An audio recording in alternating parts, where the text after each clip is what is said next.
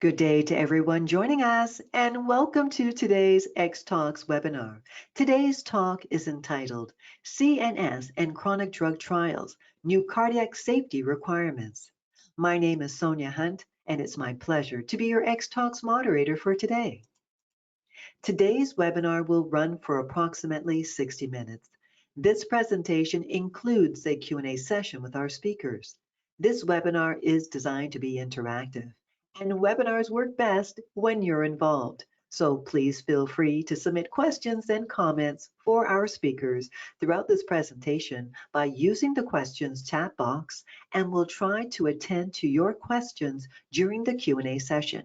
Now, this chat box is located in the control panel, and that's found on the right-hand side of your screen. If you require assistance, please contact me at any time by sending me a message using that chat panel. At this time, all participants are in listen-only mode. Please note that this event will be recorded and made available to you for future streaming on xtalks.com. And I just want to make a note here that under the handouts tab, there is a copy of today's presentation for you to pick up and follow along at your own pace. At this point, I'd like to thank Clario, who developed the content for this presentation. Clario is a leading healthcare research and technology company that generates the richest clinical evidence in the industry. Across decentralized, hybrid, and site-based clinical trials, Clario's deep scientific expertise, global scale, and broadest endpoint technology platform allows their partners to transform lives. Now, it's my pleasure to introduce you to your speakers for today's webinar. And first, I'd like to introduce you to Dr. Robert Kleiman. He is the Vice President and Chief Medical Officer for Cardiology at Clario. He has performed research in both basic cellular electrophysiology as well as clinical electrophysiology. Bob trained at the University of Pennsylvania and practiced clinical cardiology for 12 years before joining Clario in 2003. In his current role, he currently oversees all of Clario's cardiology services, supports business development, and provides cardiac safety consultative services, advising sponsors on optimal cardiac safety strategy for their development program. Next, it's my pleasure to introduce you to Jeff Heilbronn. He is the Vice President, Medical and Scientific Affairs, Cardiology at Clario. And there he is. Hi, Jeff. He completed his Bachelor of Science degree in biology at Tufts University in Boston and his Master of Science in Health Promotion and Disease Management Studies at the American University in Washington, D.C., where he continued as an adjunct professor in the Health Promotion Program. Throughout his career, Jeff has maintained his focus on the science, technology, trial design, and regulatory considerations surrounding cardiac safety, ECG, and blood pressure endpoints within pharmaceutical development. In his current role, he supports business development, provides cardiac safety consultative services, advising sponsors on optimal cardiac safety strategy for their development program, and supports both project and cardiac product management teams. Now, it's my pleasure to pass the mic and the controls over to our first speaker, and that is Bob. So Bob, when you're ready, you may begin.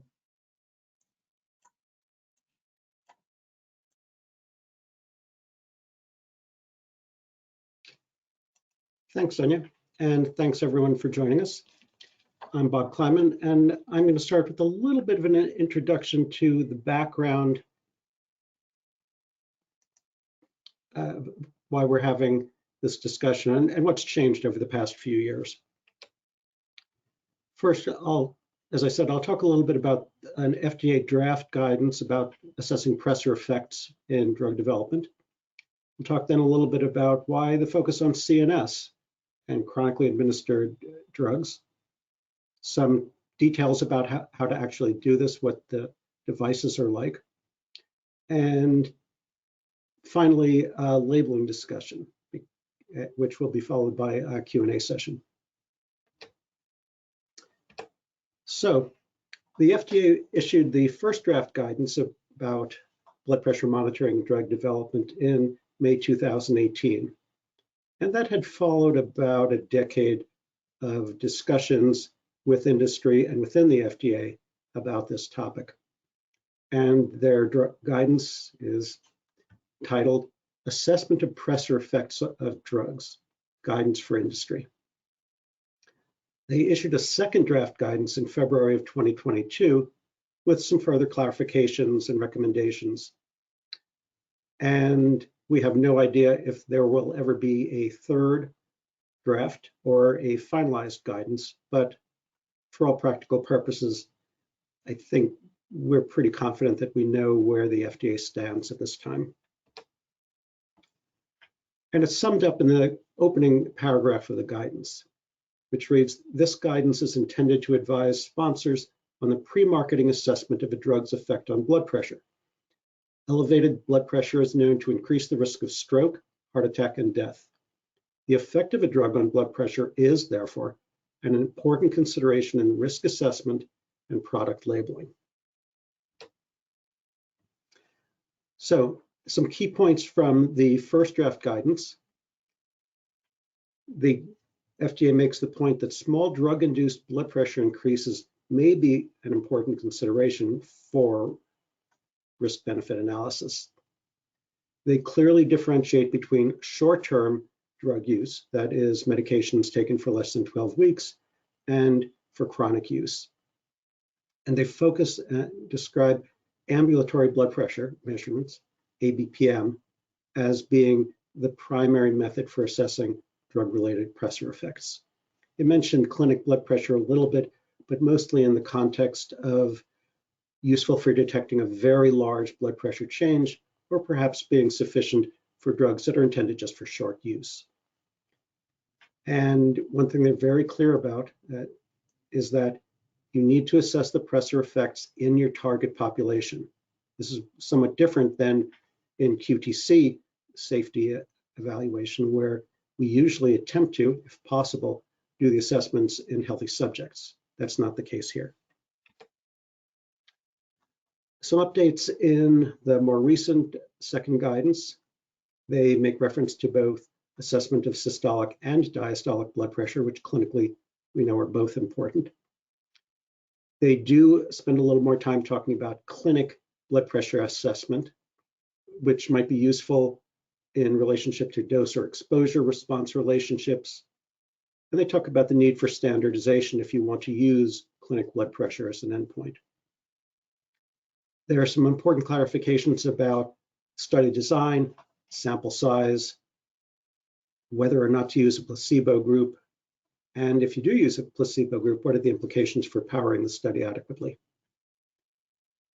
And very important, there is now an actual endpoint described, and that is the study should be powered to exclude a 3 millimeter mercury increase in 24-hour average systolic blood pressure using the upper bound of the two-sided 95% confidence interval. And that assumes that the true effect is 0. And finally, it closes with some labeling implication discussions, which are very helpful. So, clinical trials have been going on for a very long time, and we always collect blood pressure data with every vital signs assessment with every patient visit to the site. So what prompted the FDA to issue a guidance discussing detection of small blood pressure changes? Well, first, we know that there are many drug classes that increase blood pressure as class effect, including some drugs that are very widely used. And some specific, very commonly used drugs that increase blood pressure include bupropion, duloxetine, venlafaxine, methylphenidate, Celebrex, Tylenol, Motrin, naproxen. These are drugs that are extremely widely used and clearly produce some increase in blood pressure. I mentioned QT evaluation beforehand, which is much simpler in the sense that, in general, there is one mechanism by which small molecules can increase QTc. It's block of the Hergen-coded IKR potassium channel. In contrast, there are numerous pathological processes that can produce drug-related blood pressure increases. And these range from just increased cardiac output effects on peripheral vascular resistance, effects on the renin-angiotensin system, fluid retention, and a host of others. Importantly, effects on the autonomic nervous system and CNS effects can also produce increases in blood pressure, generally off target, but still important.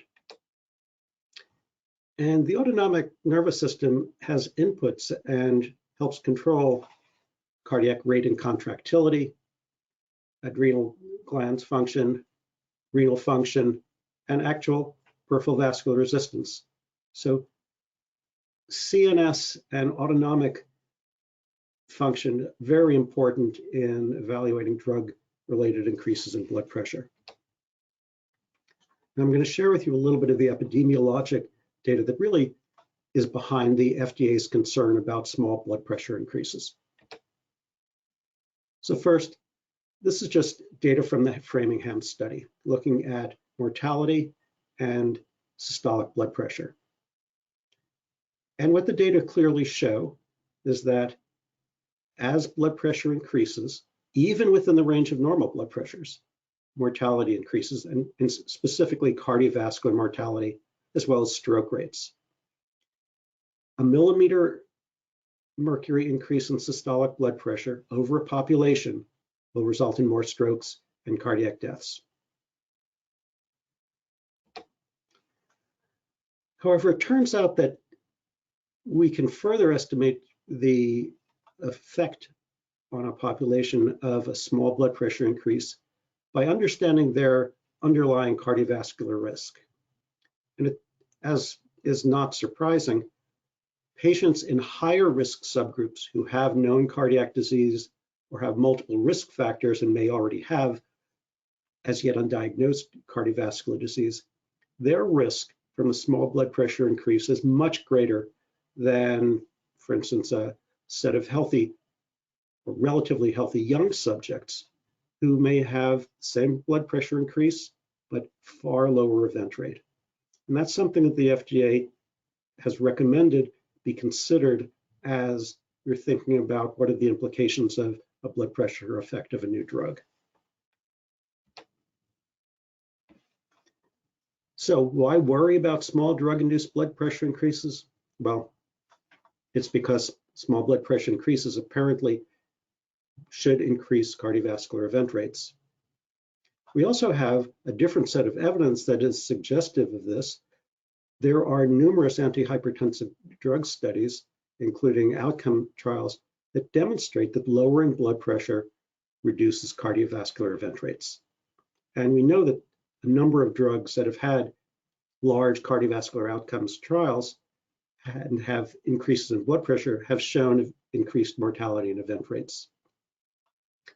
So the FDA is concerned that even small blood pressure increases that might be very difficult to detect with just regular vital sign monitoring might increase cardiovascular event rates. Is there any proof that small drug-induced blood pressure increases really are harmful? Well, I'll be honest with you. The answer is no. There are no well-controlled trials that address this. And I think it's almost impossible to design a study that would really answer the question. But since the absence of proof of an effect is not proof of the absence of an effect, we still have to act based on whatever the best data available are.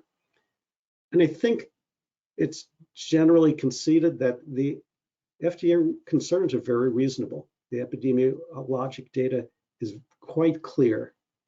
And what's going to be important is how this is implemented. What are done with the data that we collect? And how do they affect how the drug will be available, or if available, how it will be used? When we measure blood pressure in clinical trials, there are multiple different elements that we can assess, but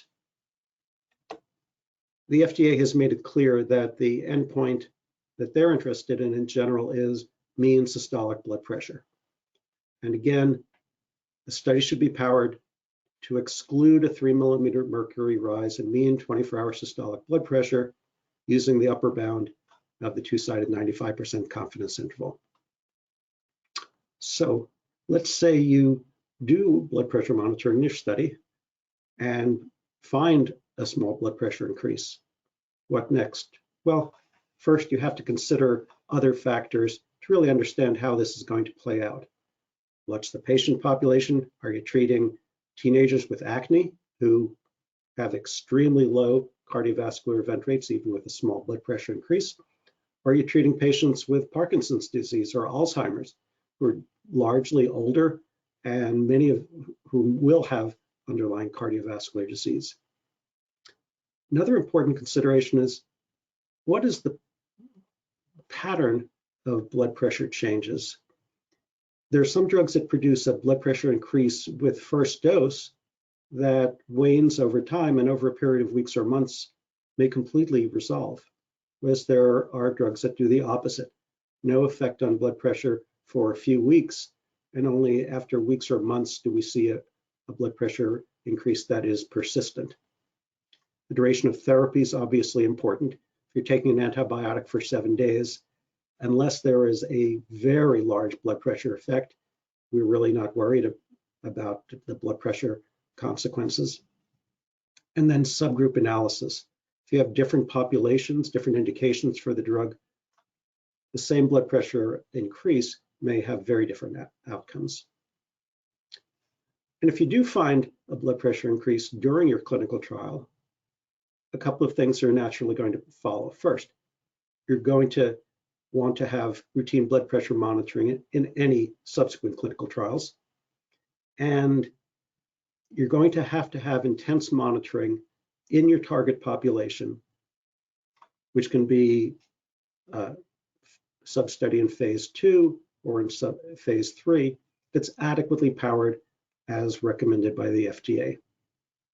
And what that's going to do is identify the mitigation strategies that a prescribing physician will use once the drug is approved. So with that, I'm going to turn the microphone over to Jeff, who's going to start talking about why we're focused on neuroscience therapeutic compound development here. Thanks very much, Bob. Appreciate the great oversight and introduction as to the role and considerations from the FDA presser guidance related to chronic drug indications. And again, thank you all for joining today. I'm very excited to have the opportunity to take you through some interesting ideas here. And the first part is, why are we discussing neuroscience specifically during today's webinar? Previously, we had discussions on oncology or cardio-oncology and the cardiac safety profile.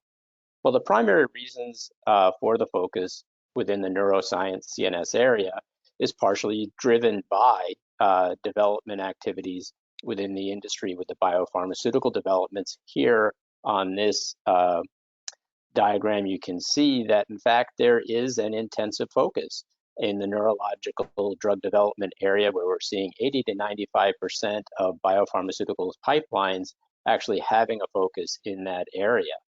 The other reasons for that, again, as Bob had shared, is that many of these indications are lifelong, are going to be chronically treated. And so the focus then on, if there is a blood pressure signal, how does that in fact impact the individual's well-being and considerations around it.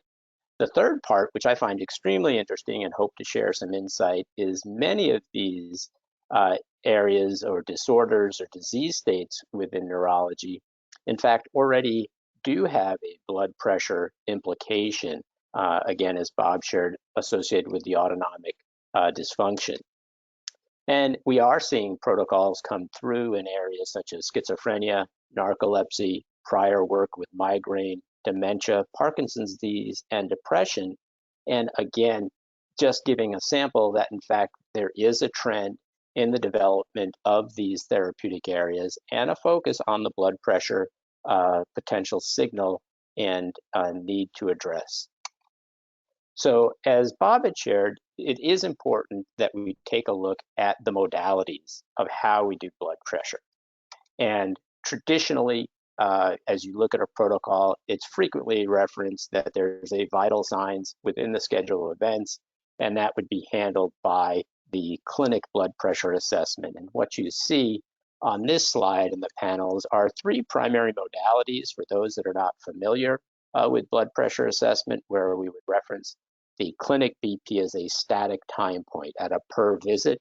We'll talk a little bit later about important considerations as to the number of blood pressure measurements per visit and the averaging. The middle panel, as Bob had introduced, is the ambulatory blood pressure monitoring. Very powerful tool, and again, recognized in the draft guidance, in that we can capture 24 hours of data with a pre-configured inflation sequence so that you can see both the day and the night. This is specifically important when we look at some of the neurological disorders, where in fact the nighttime data, in my view, can be as critical as the daytime or 24. And the last one that you'll see there is the home blood pressure, what we would call a telemonitored home blood pressure, where in fact you're getting the data on a real-time basis to be able to see any trends in the blood pressure. And what's important here is that the home BP allows the visibility into the trend, not over a 24-hour period like the ABPM, but over days, weeks, and months. And the important point here is that they're complementary. It's not one or the other. It actually may be that it might be valuable to implement more than one in a clinical trial, again, depending upon how that blood pressure potential signal presents itself. So this just gives you a quick look at what the outputs might be from that. And you can see on the first panel on your left-hand side is an ABPM profile. We'll take a closer look at that, but again, that's 24 hours of data that's captured. And in fact, you have the systolic at the top of each line, the diastolic at the bottom.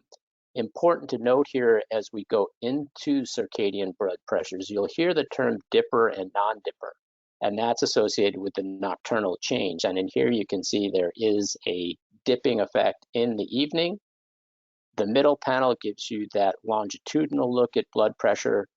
The axes are not built upon hours of the day, but days and months going across. And the last panel on the right, very interesting area of development. We hear a lot about it as to the wearables. A great tool, still a lot to be learned on both the science and the implementation in clinical trials, but can be seen almost as a hybrid because, again, as a wearable, quite easy to put on a study participant so that you can, in fact, capture that longitudinal data and at the same time getting 24-hour profiles. Again, the question being that I think as an industry, taking a closer look at the science and the implementation in clinical trials, but very exciting. Now, when we take a look at the different blood pressure assessments, we have to take a look at the question which is becoming more present, which is associated with blood pressure variability. This is a very nice article that kind of not only gave this display of the different modalities, but it also helped define the blood pressure variability within the industry, where we talk about long-term blood pressure variability, which could be seen in the clinic assessment, where we're looking visit to visit, home blood pressure, which they define as a midterm level of variability as we go day to day, and then the short term, where we're looking hour to hour from the ABPM. Now, there is very short-term assessment of blood pressure. That's a B2B, which can be used with very specific technology, usually in a clinic setting versus at a home setting, except as we take a closer look at what the wearable devices might be able to provide.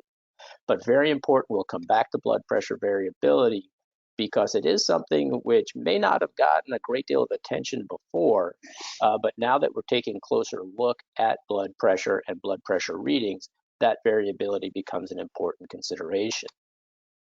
And in means to address that variability, some of that is very straightforward and some best practices. Now, again, many people are familiar with blood pressure assessment, but sometimes the basics might be overlooked or need to be reinforced.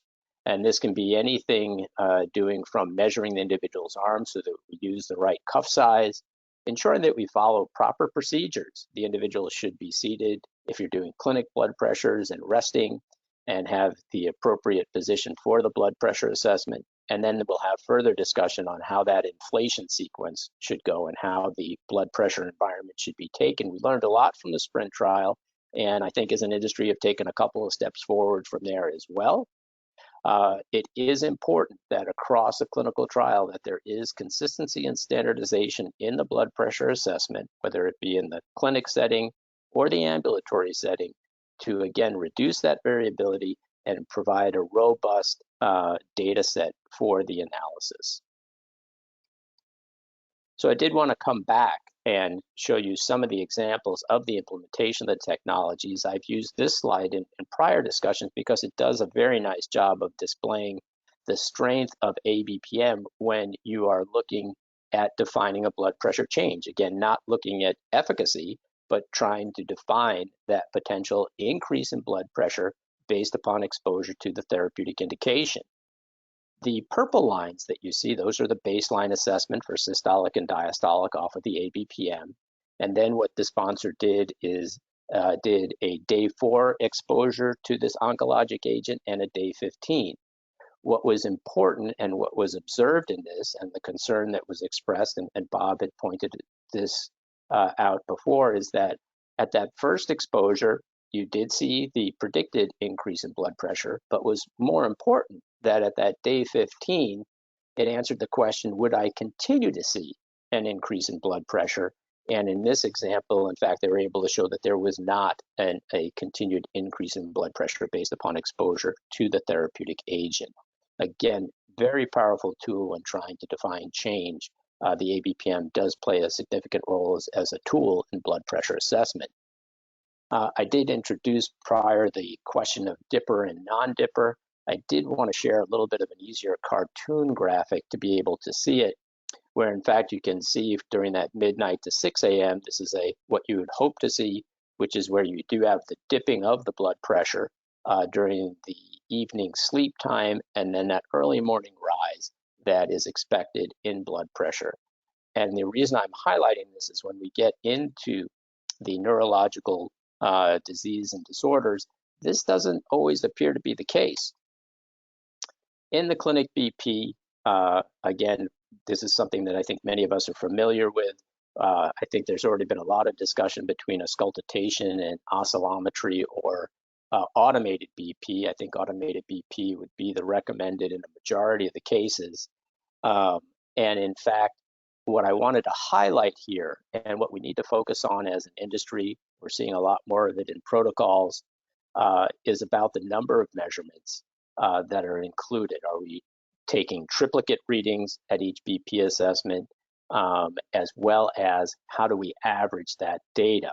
This has a lot to do with the blood pressure variability. There are protocols that just say, and we see it in the guidance, that says take a triplicate reading in the clinic. But in fact, we do see a lot of literature pointing to the fact that you should take 4 and discard the first and take the average of the final 3. We can also see literature which points to taking 5 readings and discarding the first 3 and taking the average of 4 and 5 because of the fact that you remove the white coat hypertension and you reduce the variability because of the sequencing of this. So it's an open discussion. There's a lot of good data on that. My colleague Luke Decky is also working on this internally at Clario, so a lot of good information to come. There is the point below there about orthostatic BP. When we start to take a look again at neurological disorders and disease states, this becomes another important assessment. Do we see that change, A, in the disease, but also with exposure to the therapeutic agent? Is there an additional concern? So a lot of good insight and information to continue on when we talk about clinic. And we've already spoken about home BP, a very powerful tool. Again, as Bob had shared, how is the drug going to be taken by the individual for how long? And is there an expected change in blood pressure that we might be able to see with this methodology over an extended period of time in exposure to the drug or a drug escalation. This picture we've taken a look at just comparing the two different outputs and views of the data. But I did want to jump into what I find very exciting is when we start to take a look at neuroscience and neurology and the therapeutic indications. I wanted to give you a couple of quick examples of the indications themselves before going into the actual clinical trials where drugs that may in fact impact blood pressure, what we've seen. So quickly taking a look at some research articles. This happens to be focused in the area of narcolepsy with cataplexy. A very interesting study that was completed taking a look at this indication. This study looked at both healthy volunteers and patients with narcolepsy, but not on treatment. And what they were able to identify, again, going back to that dipper and non-dipper effect, was in fact those that did have narcolepsy had a blunted reduction in their nocturnal BP dipping effect. This could be expected partially because of autonomic dysfunction with the disease state, but important to identify that because as we move forward, in fact, with an exposure to a therapeutic agent, if in fact there was a continued increase in that non-dipping, does that in fact create a risk that needs to be defined? Again, the fact that when we do see a reduction in dipping, that there is the potential that this could be associated with an increased cardiovascular risk factor and event. This again just showed in the area of that non-dipping or that riser. So what you can see here is that not so much as that the individual didn't dip, but in fact there are some patients specifically in the neurological sciences that are considered risers, where their blood pressures actually go up in the evening, almost a reverse in the circadian rhythm. Now, in the larger picture of things, when we start to take a look at the area of mental illness and blood pressure variability that we introduced, there's a lot of discussion around this. And clearly, there is recognized increase in blood pressure variability throughout the day for people who happen to have mental illness, and in fact, an associated deterioration of the autonomic function for these individuals. And one study had identified the fact that, in fact, many people with mental illness, the number one cause of death is actual cardiovascular disease. I'm not specifically sure of that connection, need to take a closer look, but an interesting statement that came out of it. The other point below that you can see, it goes into the area of dementia and cognitive decline, a very open, debated area, which in fact, if we take a look at blood pressures at midlife, if blood pressures are higher, in fact, does that create an increased risk of onset of cognitive decline and dementia? So again, blood pressure playing an important consideration when we look at the disease states themselves. Now, as Bob had shared, Parkinson's disease is again a very challenging disorder, no question about it. And specifically when we look at blood pressure within the Parkinson's population, plays a significant role. The autonomic dysfunction that occurs, as well as sleep disorders that occur in the population is important, where in fact in this assessment or this review, it was clear that you had a high percentage of patients that already had high blood pressure, as well as having the orthostatic hypotension.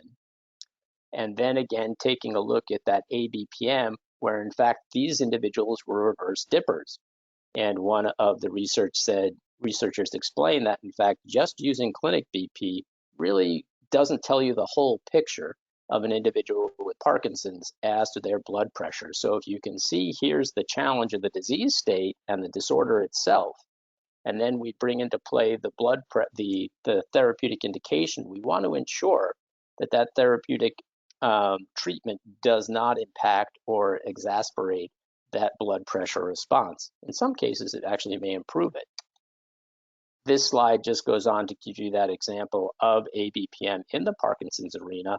The left-hand diagram that you see shows the non-dipper during that sleep period. That's the systolic and the diastolic.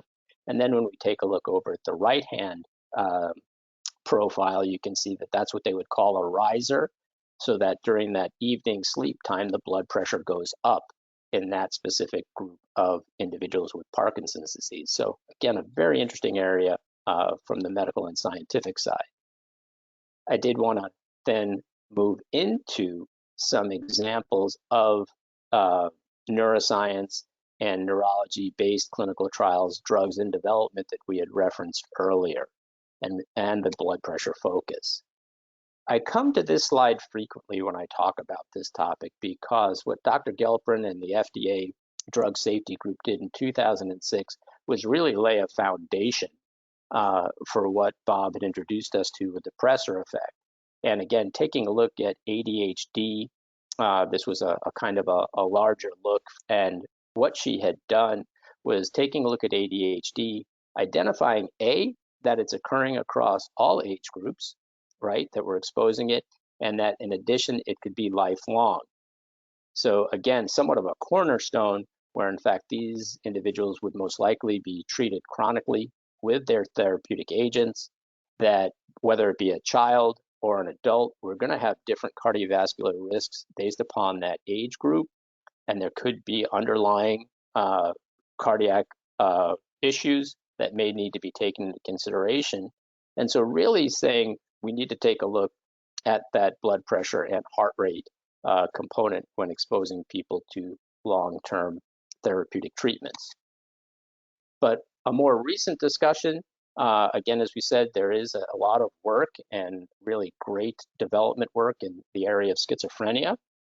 This came from one of the developers' websites where, in fact, they described what they had done to address the FDA pressor guidance. And it really was on target to what the guidance was looking for, where they wanted to characterize the potential sustained pressor effect of their therapeutic agent using ABPM in adults between the ages of 30 and 60 years of age. They had 2 doses of their therapeutic agent, and they were going to compare a baseline to week 8 on treatment. Now, why did they do it? Why would you think you have to do this FDA pressor based type of trial or intensive blood pressure trial? Well, it kind of takes a very traditional look at identifying signals in drug development. In their non-clinical work, it was identified in the safety pharmacology studies that they did have an increase in blood pressure and heart rate. It was transient, but it was observed. Then going into the healthy volunteer, continued to see that increase in blood pressure, started to get a sense of where it was in the dose level to see. So that would then trigger them to say, yes, I need to address this within the intend to treat patient population, which led to this study, which again, it can continue to present that increase in blood pressure transient. Now, that doesn't mean that the drug shouldn't move forward. What it means is we're doing the right job of defining that blood pressure change, and Bob will talk in a few minutes about the labeling considerations and how that's been addressed. My last slide is to give you an example, again, maybe not fully in the neuroscience neurology area, but a very, I think, well-constructed study in fibromyalgia. This was done well before the guidance had come out. But again, here's a therapeutic agent, milnacipran, that is going to be given for a chronic condition. And they saw that they had a potential blood pressure signal. They implemented ambulatory blood pressure monitoring for this. What I want to highlight, and I'm going to tie it back again to what Bob shared, is that we also have to look at patients with the disease as well as the underlying indications that may affect blood pressure. So in fact, in this study, they looked at both the normotensive individual with fibromyalgia as well as hypertensive patients with fibromyalgia.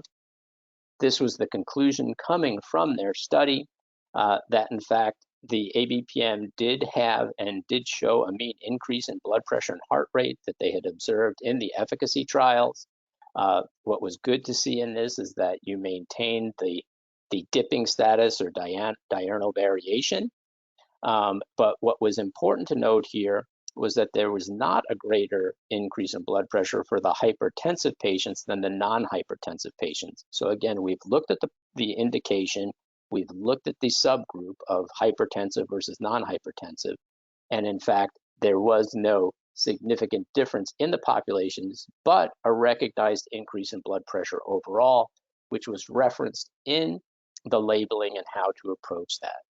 So I know I've covered a lot of material very quickly, but I did want to give you that overview. And with that, I'm going to hand things over back to Bob to talk about some labeling. Thanks, Jeff. That is great. So I'm going to close with a discussion of what this is really all about, which is labeling.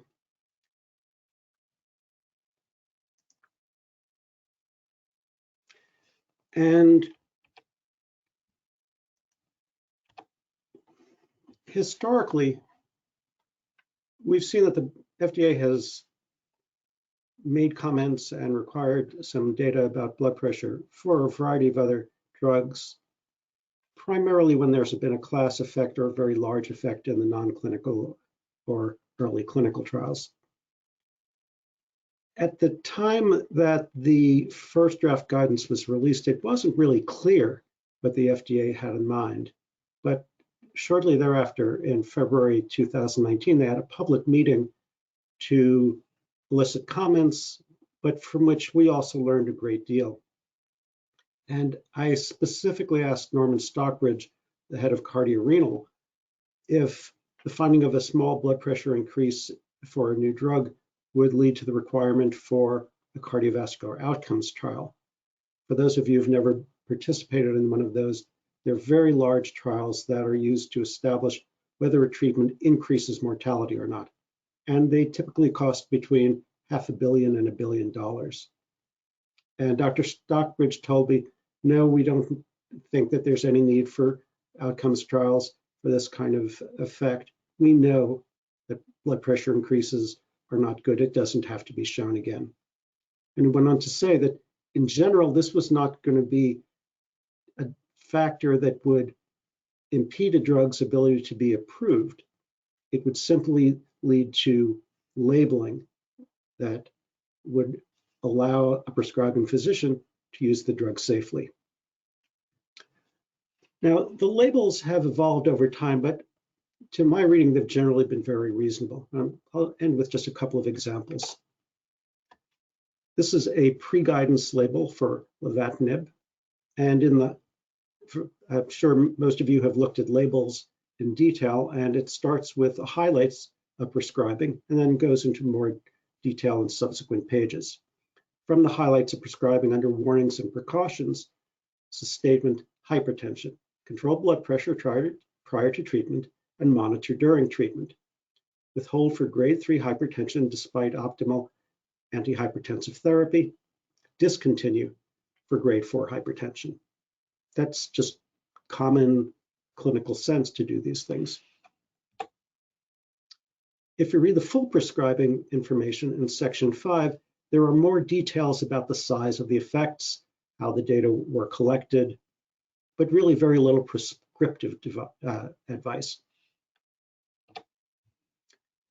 Here's another label, this one also post guidance with warnings and precautions stating hypertension, monitor blood pressure and manage hypertension as clinically indicated. Interrupt, dose reduce, or stop if hypertension is not medically controlled. Common sense, that's standard of care medical practice. And that's what most labels for drugs with small blood pressure increases look like. Again, a lot of detail, but really very little in terms of prescriptive advice. And then there's testosterone. And this has a black box warning. Although the magnitude of blood pressure increases really isn't significantly different than for other drugs that haven't had a black box warning. And in the full prescribing information, there is far more prescriptive language. Now, why did the FDA do this? Well, I'm not really privy to their internal discussions, but my sense is that the risk-benefit analysis for testosterone brought up concerns for the FDA that there is a blood pressure increase, and they may have been concerned that a large number of individuals are prescribed testosterone for indications where there probably is going to be no benefit. And in the risk-benefit assessment, if there's no benefit, then any risk becomes magnified.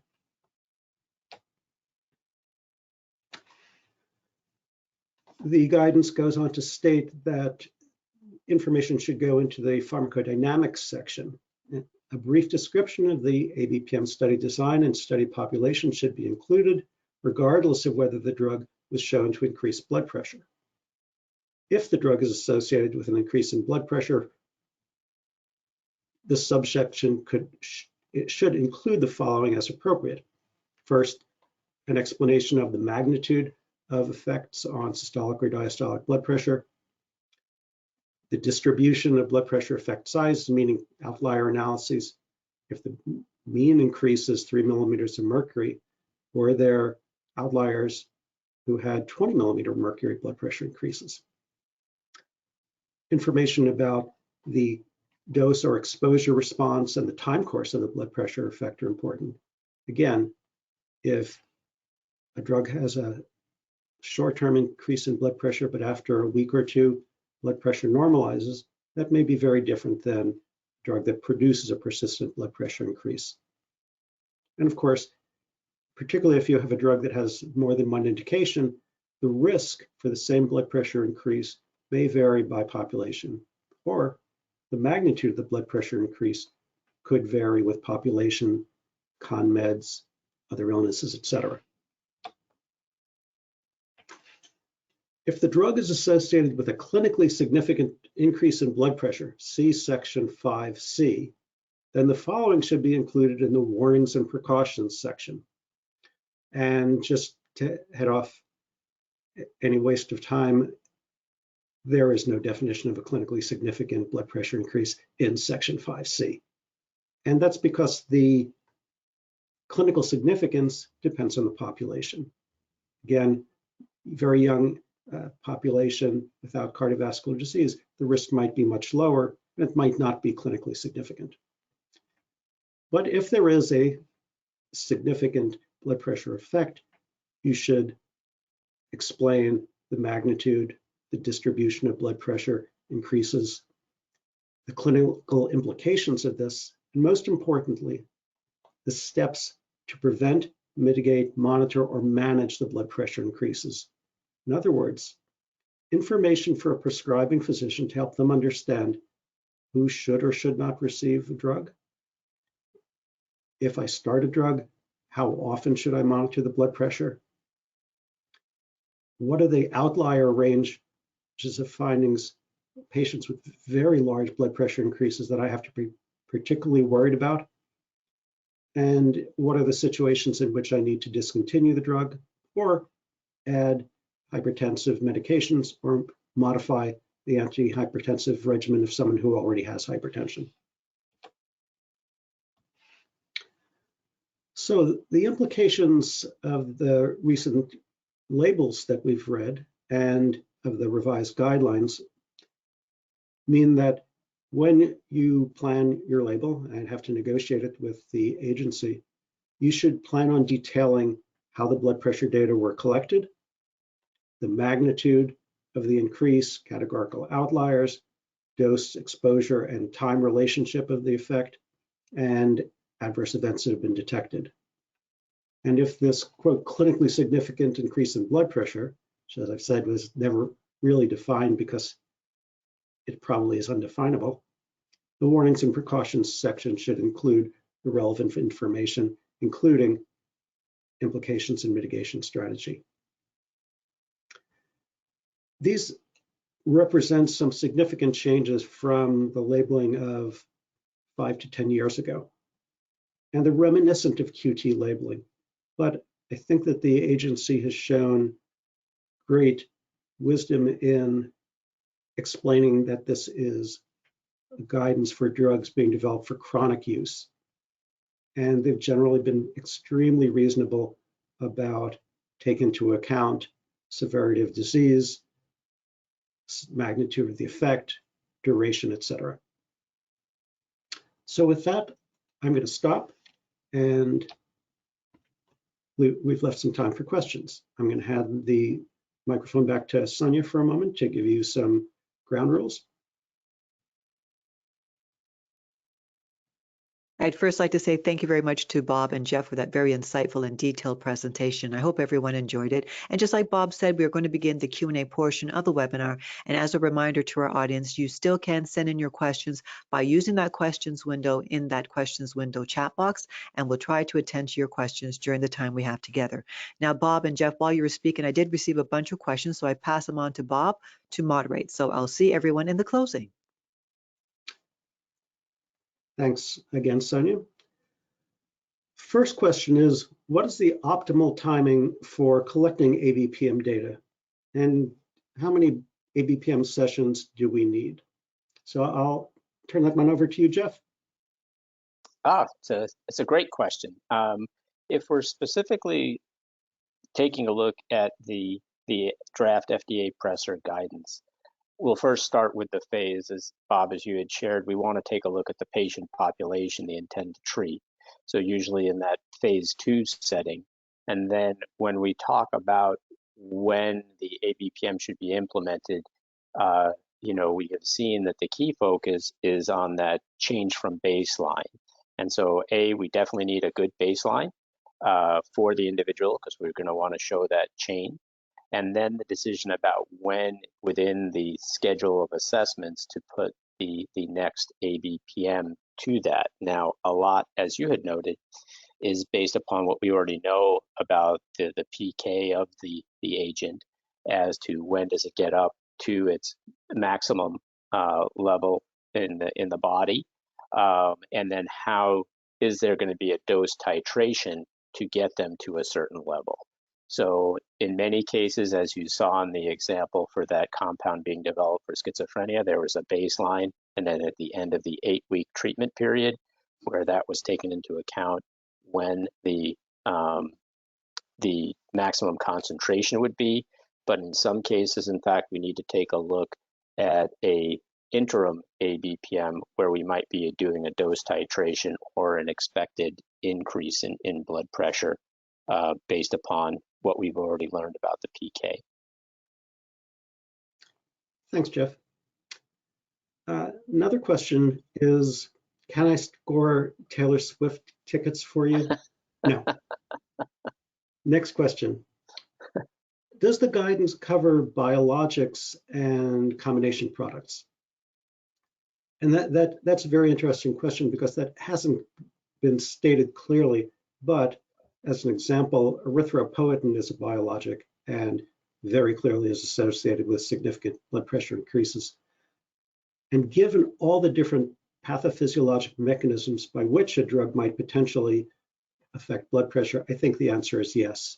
Until the FDA says otherwise, I would anticipate that there may be questions and requirements for good blood pressure data.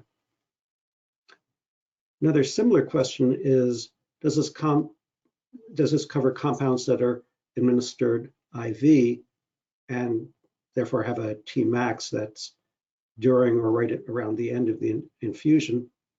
And does this cover IV drugs with very short half-lives?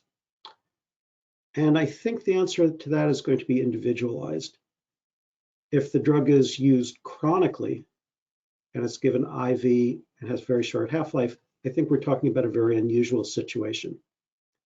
If it's a drug that's going to be used as an infusion and repeated once a week, once a month, then I think it's possible that the agency will want to see good blood pressure data, because the blood pressure effect can persist far beyond the time in which the exposure is measurable.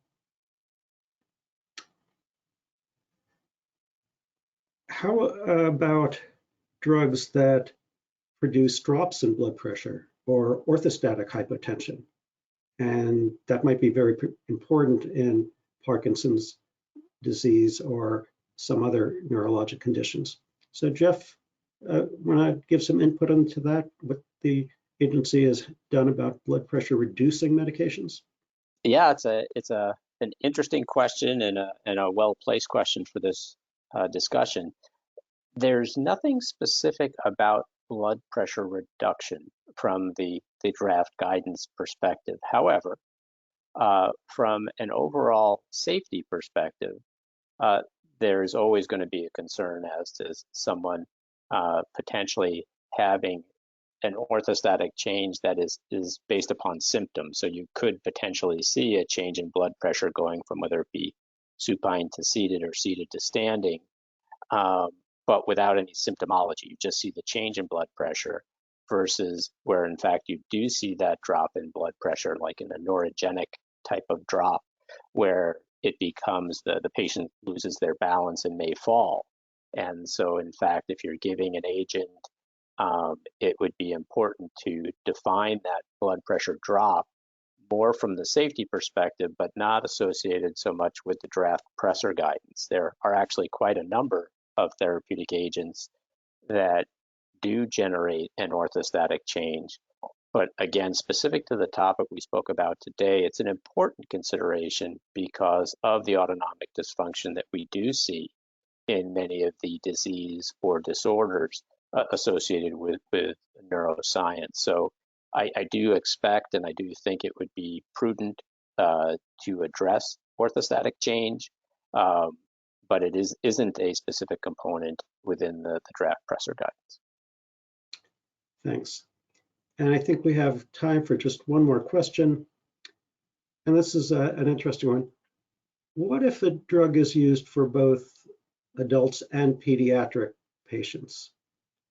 Would a separate blood pressure study be required in the pediatric patient population? This hasn't really been addressed in the guidance, of course, but I think we all recognize that children are not just small adults.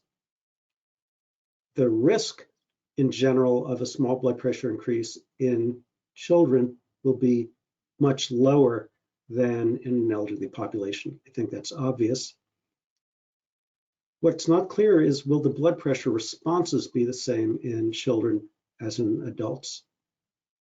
The vascular tree responds very differently as we get older compared to what we'd see in a pediatric population. And a drug that has a hypertensive effect in adults may not actually have any blood pressure effect in children. Or it may be the opposite, depending on just what disease is being treated. So I think it's something that one would probably want to think about and perhaps cover with the agency. Yeah, Bob, if I can hop in, it's an important point because we have to take lessons learned from other therapeutic areas when we can. We see this in oncology, for example, which of course is a little bit different because you're looking at chemotoxic kind of effects, but it is an end organ consideration. And much like Dr. Gelprin had pointed out in her summary presentation, if we know we're going to start individuals at a young age on a chronic therapy, and it's going to cause that increase in blood pressure, to your point, does that then project or something that we need to manage, whether it be in labeling or therapeutically, so that when they get to adulthood, that they don't have an increased risk for cardiovascular disease and events. So it is an important topic that I think as an industry and as medical and scientific folks need to keep our eye on. Thanks, Jeff. And I think that's about all the time we're allotted. So again, thank you everyone for your attendance. If you have other questions, please feel free to let Jeff or me know. And I'm going to hand the microphone back to Sonia again. Okay, well, I just want to say thank you very much for that very engaging and detailed presentation and for answering all the questions. We have reached the end of the Q&A portion of the webinar, as Bob has mentioned. And if we couldn't attend to your question, and there's a number of them out there, the team at Clario will follow up with you after this presentation. And if you have any further questions, please direct them to the email addresses that are there on your screen. Now, you will be receiving a follow-up email from XTalks with access to the recorded archive for this event. A survey window will be popping up on your screen. Your participation is appreciated as it will help us to improve on our further webinars. Now, give me a few seconds. I'm going to send you a link in your chat box. You'll be able to view the recording of this event with that link, and also share this link with your colleagues once they register for the recording as well. And get even more out of today's presentation by downloading the supporting materials that we have available under the Handouts tab, and there's 3 there for you. So I encourage you to do that. Now, please join us in thanking our speakers, Robert and Jeff, for that very insightful presentation and for handling all the questions that Bob moderated and Jeff helped answer. So thank you very much, Bob and Jeff. There they are. Thanks. Okay. Bye now. We hope you found this webinar informative. It has been my pleasure to be your webinar moderator. On behalf of the team here at XTalks, we thank you for joining us. I'm Sonia Hunt. Until next time, please take care and bye for now. Bye, everyone.